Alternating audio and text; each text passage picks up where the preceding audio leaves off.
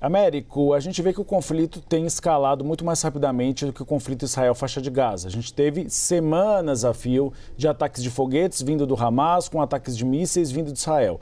Agora a gente tem o Hezbollah, que tem um poder de fogo muito maior do que o Hamas. Eles têm mísseis teleguiados, é uma tecnologia muito mais avançada.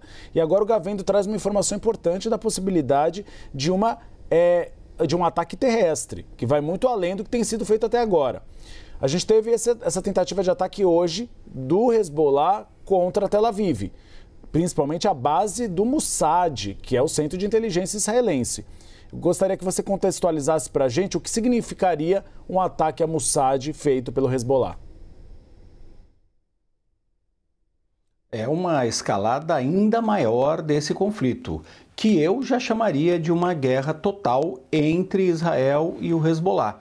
O governo americano, por exemplo, continua dizendo que está trabalhando para evitar uma guerra total. Me parece que nós já temos completamente uma guerra total. Hoje, por exemplo, o governo israelense diz que atingiu 280 alvos diferentes no sul do Líbano. O Hezbollah conseguiu, pela primeira vez na história, isso não é pouca coisa, disparar um míssil balístico que eles diziam que tinha como alvo a sede do Mossad, que é simplesmente o serviço de inteligência, o serviço de espionagem de Israel, que estaria por trás daqueles, como o Michel nos lembrou, daqueles incidentes, aquelas explosões com os pages, com os walkie-talkies, que deram início a essa nova fase aí do conflito entre as forças de defesa de Israel e o Hezbollah. Então nós temos aqui um grupo que está sendo muito bombardeado, que foi o grupo que iniciou esse conflito, vamos lembrar. O Hezbollah começou a atacar o norte de Israel logo no início daquela guerra na faixa de Gaza, dizendo que estava agindo em solidariedade ao Hamas, um grupo aliado do Hezbollah e, obviamente, também aliado do governo do Irã. Os dois são bancados politicamente, recebem muita ajuda do governo iraniano. Agora, nos últimos dias, como o Michel acabou de relatar, a escalada desse conflito é enorme e o Hezbollah, apesar de estar sendo muito bombardeado, tem capacidade ainda para, por exemplo, lançar um míssil balístico contra a principal cidade de Israel.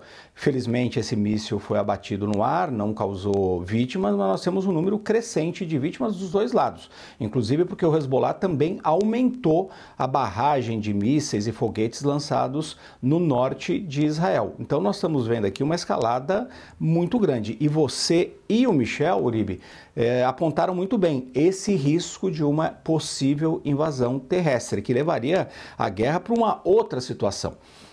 E isso seria um dos objetivos de Israel, se você for levar em consideração os objetivos militares. Se eles de fato quiserem criar aquela zona tampão no sul do Líbano, onde o Hezbollah não teria mais como atingir o norte de Israel e permitiria o retorno de 60 mil israelenses para aquelas casas deles ali no norte de Israel, eles muito provavelmente vão ter que ter botas no terreno, vão ter que infelizmente ter soldados atuando dentro do território libanês. Só que o Hezbollah, de certa forma, até espera isso, Uribe, porque o Hezbollah no solo, na batalha de campo, é muito mais efetivo do que quando está sendo bombardeado pela Força Aérea Israelense, que é a principal força aérea do Oriente Médio, e eles não têm a menor condição de resistir a esses ataques.